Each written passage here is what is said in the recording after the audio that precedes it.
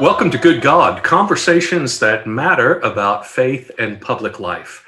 I am George Mason, your host, and I'm pleased to continue a series of conversations that we've started in a series called American Faith, a way of looking at different faith traditions in America and how they find their place in the constellation of religious life in America. And today I have the privilege of welcoming my friend and local colleague here in Dallas, the Reverend Karen Fry. Karen, thank you for being with us. It is my pleasure, George. Great. So to introduce you a bit further, Karen is the co-spiritual director of the Center for Spiritual Living here in Dallas. She is co-spiritual director with her wife and partner in both personal and, of course, professional life, the Reverend Dr. Petra Weldes. And so that's sort of a neat story we were just talking about before the program, in that Karen came long after Petra was already here. And after about a year and a half or so of working together, they fell in love and married. And so continue this work as a labor of love as well as a labor of work. So, Karen, we are colleagues in Faith Forward Dallas at Thanksgiving Square and have worked together in that interfaith group because Dallas has a really vibrant interfaith clergy and faith community, one that has not been explored tremendously until about the last 5 years or so. And we've been very grateful to have Thanksgiving Square help to spawn that and to host it. And so you and I have been in leadership roles with that group. But the Center for Spiritual Living is probably something that is a bit of a mystery to many people, and that would be part of our audience. And so I'd love for you to give us a little bit of a history of what its spiritual tradition is and its place in religious life in America. Beautiful. I'd love to. In a as well and good of a summary as I can, it's part of a faith tradition. The larger branch of it's called New Thought. Mm-hmm. And it actually spawned in this country some over 100 years ago. And specifically in New Thought, Center for Spiritual Living teaches and practices something called the science of mind. It was founded by Dr. Ernest Holmes. It's part of the New Thought spiritual tradition, and it's a positive, practical spirituality. What it does is it draws from the revelations of both Western and Eastern religion.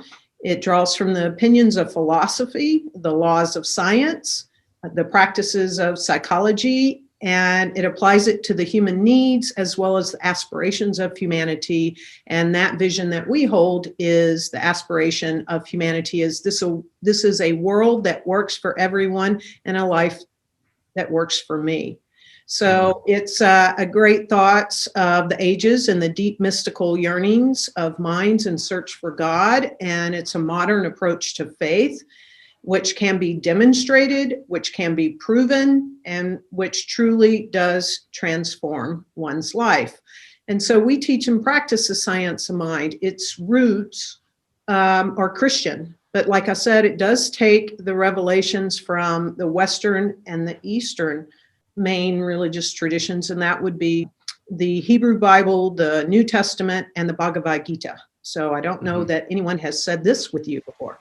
And yeah, in our source text, which is the Science Mind textbook, you would find it very familiar in that you couldn't turn 2 pages maximum without seeing and reading and embracing the teachings of Jesus.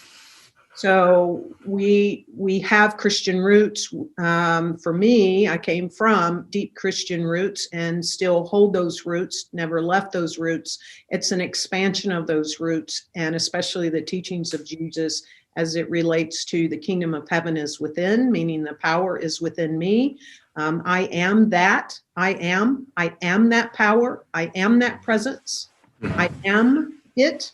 And that the big one is, it is done unto me as I believe. Mhm. And so you can't, I guess it's challenging. One couldn't really put us in a box, but it's like that golden thread. And if one would bring out the best of the best of the best, and then have teachings Uh-huh. and practices, including nature. Mhm. Nature's in there through Emerson and Thoreau, and especially science. That's why it's called the science of mind, and mind is the all thing, the isness, God, spirit, the thing itself. Can we put a science to it? Can we replicate it? Can we duplicate it? So when I listen to you talk about all of that, what I hear is echoes of some other traditions that sprung up around the same time, I would say, in American life, and that is groups like the Unitarian Universalists, who similarly would describe the various traditions of scriptures in different religions that they would draw upon, the Unity Church, the Mary Baker Eddy's movement, the Church of Christ Scientists.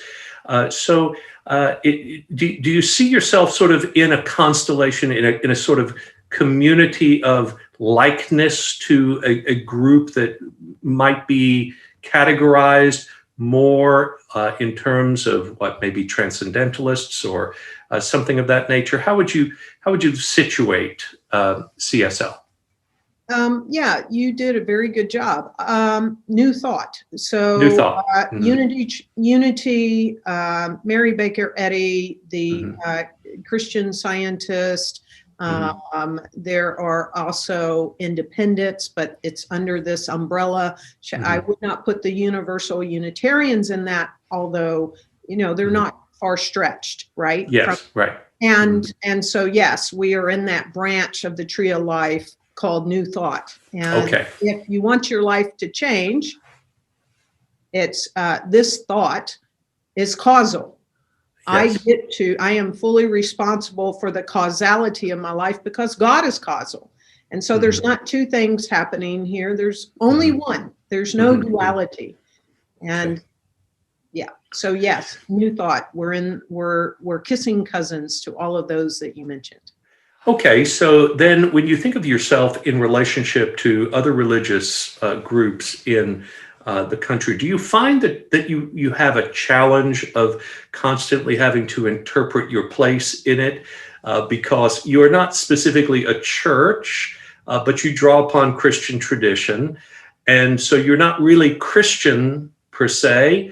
You may self-identify to some degree like that, but others shouldn't put that on you, right? So how would you describe what the lived experience is of being a practitioner of spiritual living in the way you are vis-a-vis other religious traditions? Um, that's a great question, and I will say that if you were to ask this of anyone in our movement within our quote denomination, you might get different answers. Okay. So there's the juxtaposition. I think you're asking how is it to be find our place. It's Yes. sometimes challenging.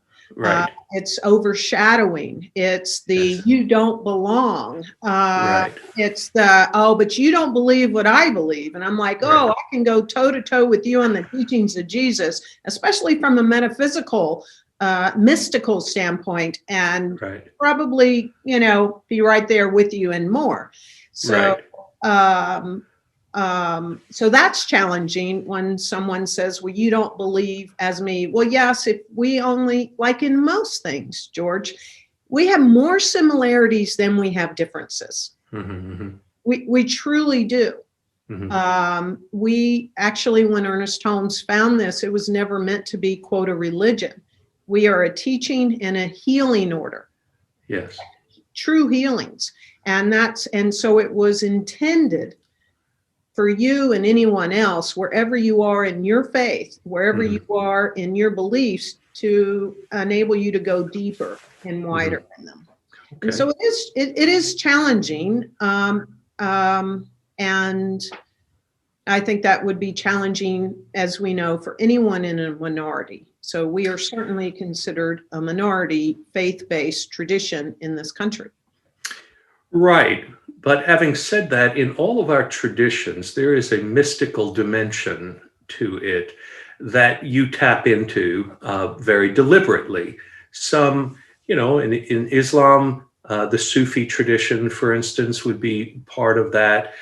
You just mentioned various ways in which Christians, there's also even, very much a Franciscan mystical tradition among Catholics. And obviously the Kabbalah in Hebrew in Judaism, and so there is a mystical dimension to a lot of our faiths.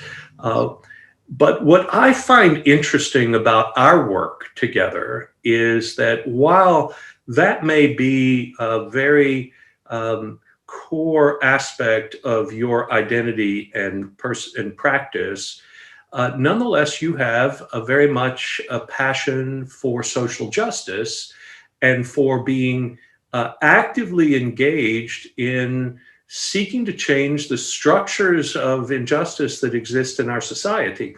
Now, someone might not easily line up those two things, right?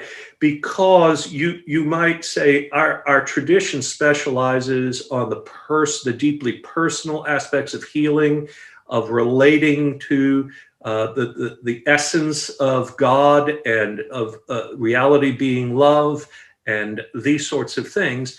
And yet I find you in the street ready to speak and act on behalf of others for a more just society.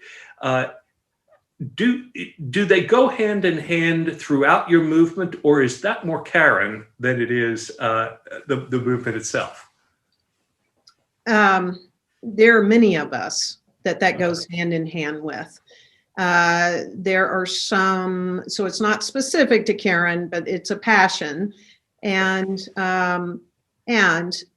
again, a lot of it is based on consciousness is causal. So some people go, well, but I'm being causal in my consciousness as I hold the vision for this world that works for everyone, as I hold the vision for everyone has the abundance of the universe and experiences it and gets to participate in it. So there are some people that's their calling. I'm also, as we like to say, treat, meaning pray and move our feet. And so there's also being on the field of that. The truth is, I am a wave in this ocean, as are you. And this ocean is God and this divine oceanic substance. So you cannot pull me out of the ocean. Try to pull a wave out of the ocean. You can't. Therefore, everything that's taking place in this ocean impacts me, affects me as it does you. So you are me and I am you. I love my neighbor as myself. I must love me to the fullest extent, and I must love you to the fullest extent, and therefore I must stand up with and for you. I don't like standing against anything. Or as Tom said, find me 1,000 people that are one person actually. Find me one person that stands for something and against nothing, and you will find another Jesus. And so we really try not to stand against, and that language is hard in social justice work. Right, it really is, because I find that, when we find ourselves speaking in a manner of protest or of trying to change the way policing is done, say, or the way the judicial system operates, the way we distribute resources to the schools, or whatever the case may be, it often sounds like we are standing primarily against those who have the power to affect change, whether because of money or position or elected office or whatever the case. But I think you really put your finger on it, and anyone who is working on these things will be ineffective if they can't articulate the fact that when they are speaking, they are actually speaking on behalf of and for someone who has been deprived of what is their divinely gifted right. Yes. And so what feels like a kind of chronic chirping of people who are activists, you might say, or advocates, is really this ache in the heart of religious leaders to see that people who are deprived of their full created identity get to have a share and experience it with other people. Yes. Yeah. Yeah. Yeah. So how do you experience your life as a faith leader in Dallas? Because you have a place at the table in Faith Forward Dallas, but it's only been a few years that we've had this organization. So has it been a growing sort of enfranchisement that you have felt? Is there still work to be done in that regard? I do believe that it's growing. I do believe that our city is rapidly changing. Of course, I know, like you, we would like for it to change a little faster. I don't want to say change. I actually want it to transform. Change, it can come and go. Transformation is permanent. Right. It's like Right. the butterfly. You can't go back to the caterpillar. Right. So, even being embraced by Faith Forward Dallas and being able to be with colleagues like you and be at the table speaks highly of Dallas. I believe that the soul is growing with Dallas. I think we as faith leaders we're no longer focused on, quote, the differences of our faith and what can we collectively do together. And we're focusing on what we have in common. And I think the more we do that in the city as citizens, and to know that there's nothing for the people that feel like they're going to lose something. We lose it every day. Right. We're losing it every day when the ocean is not healthy. It's being lost every day. Right. I'm not an ally in order to help raise someone up. I'm an ally because we're so interconnected and entwined that until we get this right, I'm not living my full best life either. Right. So yeah, there are. You raise a really interesting point about this. The nature of reality is that you have to lose in order to thrive. Right. That Jesus says that unless you deny yourself and take up your cross and follow me, and there's this sense of unless you lose your life, you cannot find it. And yet, and this is one of the dangers I think that we're seeing in American religion right now, with the people who have marched on the Capitol and said that this country belongs to us. What they are playing a zero-sum game. They are fearful of losing, and yet not just Christians, but as you said, at the very heart of reality. And this is at the heart of every religious tradition. There is this sense that you cannot just grow and gain for yourself and thrive. There has to be this reciprocal kind of sense of giving and receiving, right? Yes, and there is a law of cause and effect. At least we believe that. And giving and receiving is actually the same. And that's and to be reciprocal. It's like the tide can't just keep coming in, it must go out, right? Right. So where do you think we are in Dallas, Texas right now? And what do you see as the big challenges that the faith community is addressing? that we are seeking to mobilize for the common good? I would, one of our biggest challenges, and well, I can't use the word biggest. So some of the challenges is that everyone ought to have, no one should be unsheltered. Mm-hmm. I believe that words have power, right? Mm-hmm.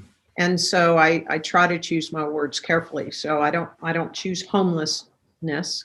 Yes. The unsheltered, that no one Yes. should be unsheltered. Everyone Nice. should have a roof over their head, food on their table, education to the highest level for their children. And so we have a ways to go with that, to be inclusive. I mean, my goodness, Jesus was the most inclusive person that walked the earth thousands of years ago. To be inclusive and to welcome everyone at the table and to do whatever we can so that they have a seat at the table. We still have much work to do in making it as equitable in this city for people, no matter what the color of their skin there is, no matter what physical capacity they have, no matter what socioeconomic stance they have, no matter, really. And to continue to eradicate this notion that there actually is an other anywhere in this city. I mean, and it has to be eradicated in each of us because we come from lineage of stuff being made up to say, but you're the other. And it starts in our religions. That's the issue. The religions have said you're the other. And actually, all of our religions, actually, they're not based on that. They've been misconstrued and mistaught. Right. So, there are in many of our faith traditions, there are themes about our being chosen, about our being elected, about our being a select or a unique or a peculiar people unto God. And I think that the things that you're saying here about there's a shadow side to that beautiful sense of a people believing that God has uniquely come to them in a way that calls them to a certain mission to the world, right? That's a beautiful part of the notion of chosenness. It's not a chosenness to be self-possessed, but a chosenness to be enlightened in such a way that you then carry that word to everyone else who is chosen. It's in a sense.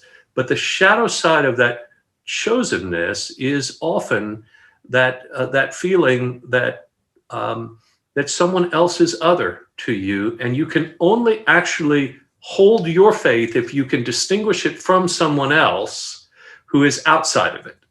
And that's the trick, isn't it? How do you have your own unique faith tradition and cherish it, but not other someone, to use your language, at the same time? Yes, great point, George. Yeah, and I think that us as individuals, I'm watching this with my 9-month-old granddaughter. I didn't have children, but I do have this. I have 2 granddaughters, but one since birth, right? Right. And I've watched it, and just in the past couple of weeks, that how children come in, and I saw the shine start to dim. And I think that be ye like little children, right? The master teacher says, we have to choose ourselves first. Like to really holy, and I mean like WHOLLY and HOLLY, to wholly love ourselves first. And when we do that and fully accept ourselves and to know ourselves, and I think the more that each of us do this, then the less we project, the less we judge, the less we you're the other. And I think Yeah. I found this along the way in my time here in Dallas. I know that that was it Mhm. for me. I had not fully chosen me. Yes. Therefore, how could I fully choose you Right. as, a child, or we say an individualized expression of God? Hmm. Hmm. Not an offspring, but an individualized expression. And when someone says what you just said, I think they often might hear that as a kind of me-ism, a selfishness, or something like that. But if you frame it with people and say, unless you become self-consciously aware that you are a beloved child, and that you deserve to be loved, then your own woundedness can wound others. I don't think it's true that it's just axiomatic that, we talk about how hurt people hurt, or abused people abuse. That's often true, but it's also true that some of the tenderest, most loving people are those who become aware of the fact that they don't deserve to have been abused, to have been hurt, and then they become some of the most compassionate and empathetic people. And so this notion that you're talking about of mindfulness and of healing is an important part of being able to love our neighbor. Yes. Yeah. Good. Thank you for making sure that distinction was made. Yeah, you're so welcome. Well, Karen, it's a delight to serve with you and to learn more about your practitioner work in spiritual living. And thank you for what you mean to our community and in your personal friendship too. Thank you, George. All right. It's so Take great. care. Thank you. All right. God bless you.